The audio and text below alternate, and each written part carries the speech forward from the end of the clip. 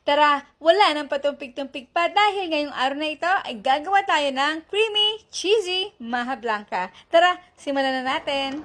Okay, so bago tayo magluto ng cheesy maha blanca, ay nako, i-prepare mo muna natin yung gagamitin natin mga molde kasi madaling mag-dry yung ating maha blanca.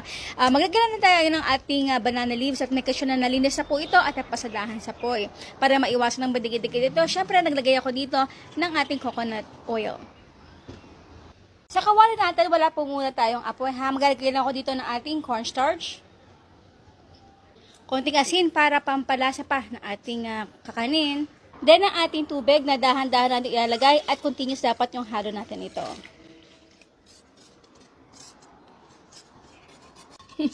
At ito yung nakalimutan natin na ilagay bago ang tubig na cheese powder. Ito talaga yung magpapalasa at magpapakulay din ng ating cheesy maha blanca.